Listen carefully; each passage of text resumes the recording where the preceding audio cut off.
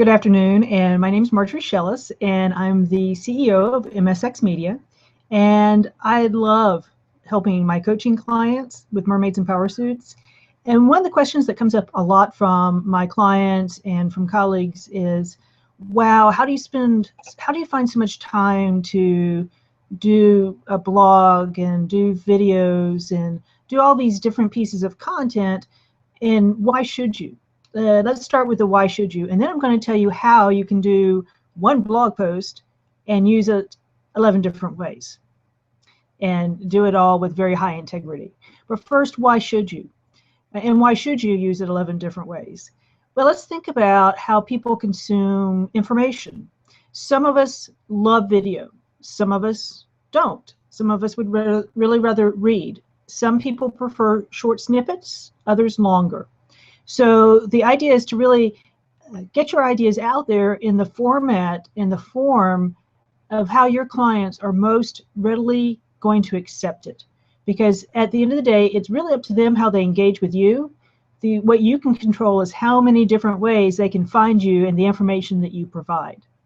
So that's the why. And the how then, and I've got my handy dandy little list right here. With a caveat that I am going to say, be aware that you don't ever want to take the same piece of content and blast it across a whole bunch of different platforms in exactly the same way. Google does not like that. Google is, you can look right at their purpose and their mission statements, and it really talks about providing a wonderful experience for the search user. Well, Google penalizes folks when they see the exact same piece of content going onto like a blog post here and going over to another website and posting the exact same blog post over there. So that's not what you're going to hear about from me today. You're going to hear about ways to take one piece of content and use other media to be able to help you get your message out there in the way that people are ready to consume it. That also, think about it, that really helps you time-wise as well. So let's say you've got a blog. One of the things I would suggest to you before you even really start to blog, or if you've been blogging, is to step back, and if you don't already have an editorial calendar, I would suggest kind of mapping out what you're planning to do for subject matter. And you'll see why in just a minute, why that makes a lot of sense. So you have a blog. You can take that blog, and if there's, you should be able to have some subheads in the blog or some good snippets. Well, use those snippets in social media to post on social media, and you can refer them back to the blog. So let's say it's a blog about gardening and how to trim roses. Well, one of those social media posts would be trimming roses in the spring versus the fall. Well, you have two posts right there. You can go on to Facebook, you can go on to LinkedIn. If you've got a photo with that blog that's your photo and you have the rights to it, go ahead and put it up on Instagram and Pinterest as well. Use that blog post and use the different heading and tweak it for truly like business to business, if possible. Let's say if it's not rose gardening, but let's say it's something along lead generation. Well, then take that, and if you were originally skewing more toward clients, just think of it from a business to business standpoint and make an article on LinkedIn. Through your LinkedIn profile, they now allow us to be authors on LinkedIn, and it's a great forum if you're doing any kind of client business to business relationship. So LinkedIn article. Visual graphic, and what I mean by those, you've seen them, they keep calm and carry on. Well, you hopefully will have a really great title or subtitle or really an emotion that comes through in your blog post. There's a reason you're writing this blog post, right? There should be a great reason why you're doing it and highly engaging. Well, what kind of visual goes with that? If it's a very technical one, then it can be gears or kind of, the grid in the background. But there's got to be some golden nugget in that blog post that people have an aha from. Well, use that golden nugget, lay it over a visual. You can use, I think it's Canva is an easy one to use. You can use PowerPoint even. Put the visual down, put the picture down, put, as long as you have rights to the picture, put the type over it, save it as a JPEG. Great use for social media. And also I've seen, and I've done it myself, I've used it for the front of cards, like inspirational cards as well. Podcast. So you've got your blog post. Well, repurpose it into a podcast, and that gets back to that whole editorial piece. Well, you've got this great content. Someone may not be interested in reading on a blog, but they would listen to it if they're already into podcasting, and that way they can listen to it on the go. Chapter and book. Remember that editorial calendar I talked about? So imagine that you write a blog post a month, or maybe you do 2 a month, and maybe the first one in the month is one part and the second one is like part 2. Well, at the end of the year, if you've planned it out right, you've got 12 chapters in a book. How cool is that? Use Create Space on Amazon, publish it to Kindle. Can't beat that. Article and newsletter. If you're not engaging your customers on a regular basis, you should be.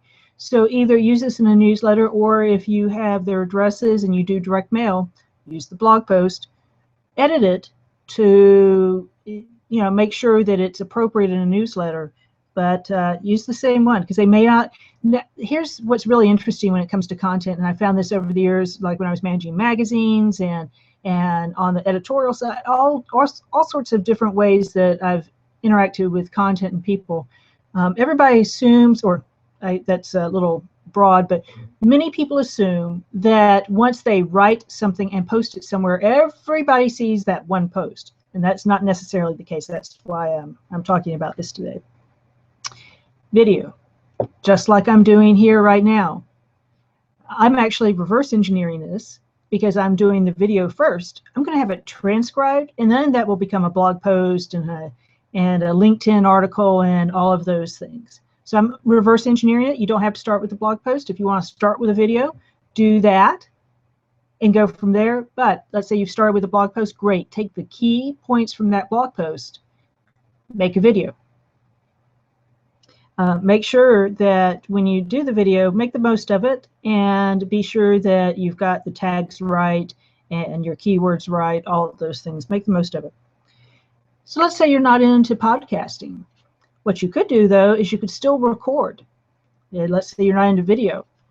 You can still record the blog post or part of it that you want to expand on more, and include that audio either on a CD that you can give out at networking events, or include it on your website, because again, not everybody wants to read, not everybody will watch a video, but many people will listen to audio. A slideshow, Google has a great format for that if you have PowerPoint, but just imagine being able to take visuals and the key points and make a slideshow. The viewership of those has really kind of gone through the roof. And you can put them out on Issue, SlideShare. There's lots of different formats. You can also, if you've got an app on Facebook on your fan page, you can put a SlideShare there.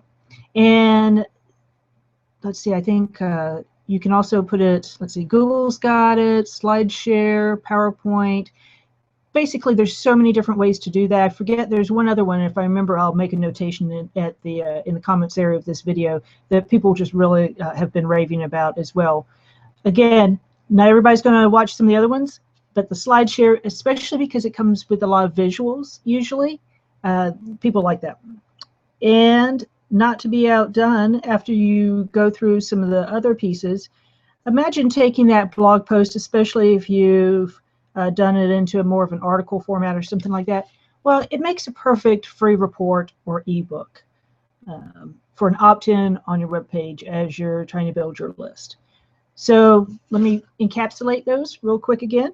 Blog, break it into social posts, LinkedIn article, make it into a visual graphic, podcast, plan to write with an editorial calendar for the year, chapter in the book, article in your newsletter, video, CD or some kind of audio, slideshow or slide share, and then also as an opt-in, a free report or ebook. And I would say for an opt-in, give people again that that option that they can either read it or listen to it, because that seems to work really well. Again, some people will consume it very differently, but once they opt in, you offer it to them a couple of different ways. So that was my tip for this week, of really looking at different ways that you can take one piece of content and use it to engage people in as many different ways, the way that they want to be engaged. So have a great afternoon. Again, this is Marjorie Shellis, MSX Media and Mermaids in Power Suits.